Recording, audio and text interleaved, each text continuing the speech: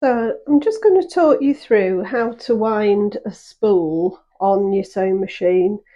This particular sewing machine has a spool winder on the top. Sometimes they are found on the side, but this one's on the top.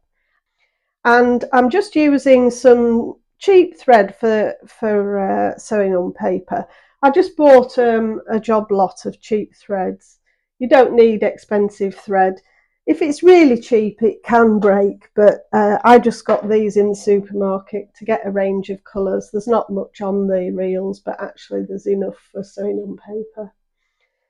So on this machine here, it's actually got the threading diagram actually printed on the top, and I'm going to use this here to put the spool or the bobbin on over here like that, and then I'm going to wind the thread in the direction of the arrows here. If you've got your handbook, then you can look at your handbook and just it'll tell you the exact way to thread it. This is what's creating the tension so that the thread winds evenly. Here's the spool or the bobbin that came with my machine. You get several usually with a sewing machine. It's important to use the ones that either come with your machine or are designed to fit your machine, because some of them are different thicknesses. So just make sure if you're buying extra ones they are the right ones, because that can affect your tension on your machine. And there's a tiny little hole here in the top, and you want to thread the thread through the hole before you put it on the spool or on the reel holder, bobbin holder here. So my machine's quite handy. It has a little diagram to do that on the top. I'm going to put it on there and I'm going to wind it round here in the direction of the arrow. This is the tension disc, so that this is what I was talking about it makes the tension even on the spool.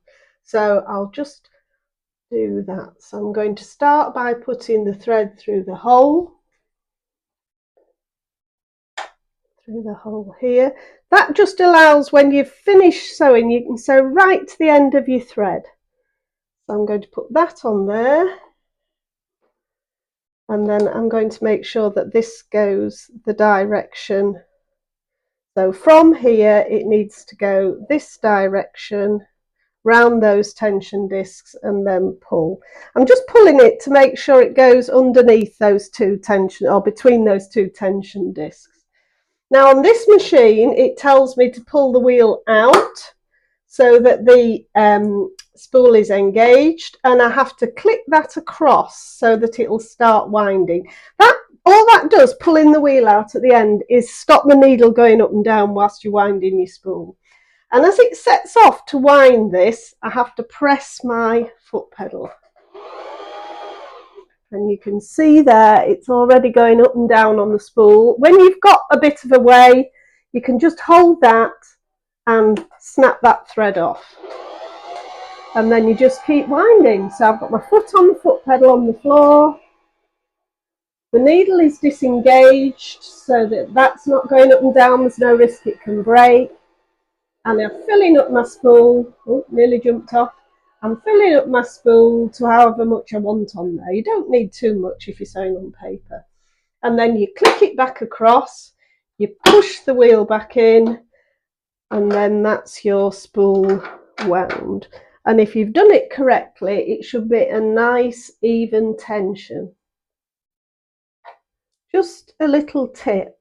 If you are not worried about what colour is on the back when you're sewing on paper, you can leave a neutral colour on this, on the spool, on the underneath thread, and just change the top thread, and you probably won't notice it. If you did notice it, if you've watched my tension video, if you slightly loosen the top tension on the front of the machine here, it means that the top thread will slightly go onto the back and you shouldn't see any of the underneath thread. So that's just another tip if you get a bit more confident and you think, I don't want to be changing both threads all the time. I can just keep changing the top.